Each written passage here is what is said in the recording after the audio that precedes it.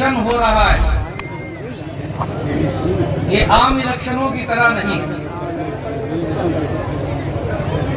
और इस इलेक्शन में एक बड़ी अजीब व गरीब बात है, यानी 10 साल गुजारने के बाद इतनी ताकत, इतनी सीटें, इतने स्टेट जीतने के बाद, 10 साल गुजारने के बाद अब जो लोग इलेक्शन कैंपेनिंग में लगे हुए हैं हमारे इंडिया इत्तेहाद के मुकाबले पर, जिसे प्रधानमंत्री लीड कर रहे हैं, माननीय नरेंद्र मोदी जी लीड कर रहे हैं पूरे उस इलेक्शन कैंपेनिंग को,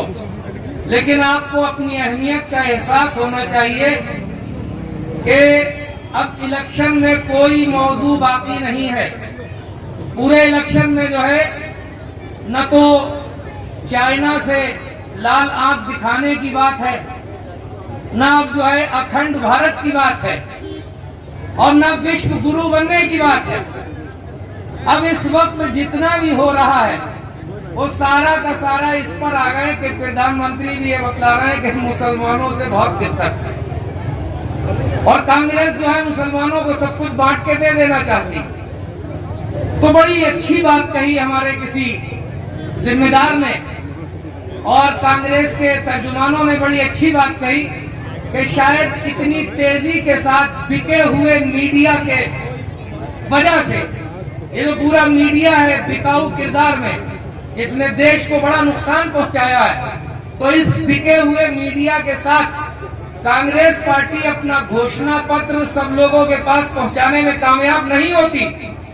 लेकिन जो है धन्यवाद दिया जाए मोदी जी को, जो कांग्रेस पार्टी के घोषणा पत्र के एक एक लाइन को उन्होंने पूरे भारत में पहुंचाने का काम किया है, और ये बतलाया है कि कांग्रेस जो है इस देश के लिए और देश के बाहर बसने वाले लोगों के लिए क्या करना चाहती। तो इस एतबार से अगर देखा जाए तो ये बड़ा अहम इलेक्शन है, और इस इलेक्शन में सब कुछ भूल करके, अखलाकियात को भूल करके, अपनी बुनियादी जिम्मेदारियों को भूल करके लोग जो है ऐसे ऐसे बयान दे रहे हैं कि जिनका नकल करना भी हम बाइसे शर्म समझते हैं। इस बुनियाद पर इलेक्शन लड़ा जा रहा है। इसका मतलब यह है कि कहीं ना कहीं जो कमजोरी है, कहीं ना कहीं जो परेशानी है, वो परेशानी जो है भारतीय जनता पार्टी और उनके अलायंस को नजर आ रही है। इसलिए जो है अनाप शनाप बातें बराबर कही जा रही हैं और बहुत ज्यादा उल्टे सीधे बयानात दिए जा रहे हैं। मैं इस मौके पर तमाम, सिर्फ मुसलमानों से नहीं, मैं तमाम भारत से प्रेम करने वाले, देश से मोहब्बत करने वाले एक एक नागरिक, एक एक सम्मानित मतदाता से ये कहता हूं कि यही वक्त है कि आपको पहचानना है कि हिंदुस्तान से मोहब्बत कौन करता है, इस सरजमीन से मोहब्बत कौन करता है, इस वतन को बनाना कौन चाहता है, और इसकी आवाज दुनिया में बुलंद कौन करना चाहता है, और कौन है जो सिर्फ अपनी कुर्सी बचाने के लिए, सिर्फ अपनी सरकार को बचाने के लिए, सिर्फ अपनी सत्ता को बचाने के लिए देश में नफरत का जहर घोल रहा है। हर एक मतदाता को, हर एक वोटर को पूरी ताकत के साथ ऐसे लोगों को जवाब देना है। कहिए जवाब देंगे इंशाअल्लाह। अच्छा, ईमानदारी से बताइए कि जो भी काम हुए 10 साल में, अगर भारतीय जनता पार्टी और एनडीए की सरकार को ये लगता है कि उनके जरिए कराए हुए कामों पर वोट मिल रहे हैं, तो वो अपने काम कराए हुए बताते क्यों नहीं पब्लिक को? ये क्यों नहीं बताते कि 10 साल में उन्होंने जो है हिंदुस्तान के लिए क्या किया, इंडिया के लिए क्या किया, आम नागरिकों के लिए क्या किया? 10 साल में बताने के लिए कोई मौजू, कोई मुद्दा आज जो है भारत के प्रधानमंत्री के पास नहीं है और लोगों के पास नहीं है। बस उनके पास अगर कोई बात है तो सिर्फ जो है विभाजन की बात है, तकसीम की बात है, नफरत की बात है, और एक दूसरी कम्युनिटी को टारगेट करके पोलराइजेशन करके इलेक्शन जीतने की बात है। और हम ये समझते हैं कि 10 साल में जिस तरीके से सबने देखा है भारतीय जनता पार्टी को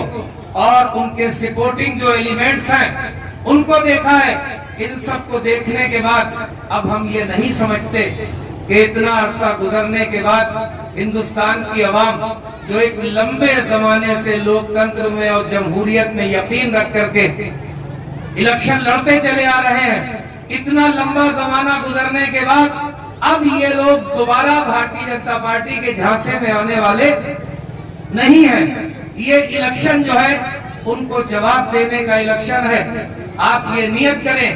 कि एक एक वोट पूरी जिम्मेदारी के साथ और पूरी ताकत के साथ इंडिया अलायंस गठबंधन के जो कैंडिडेट्स हैं हमारे यहाँ और हमारे अलग आसपास के जिलों में, उन सब के साथ पूरी ताकत के साथ खड़े होकर के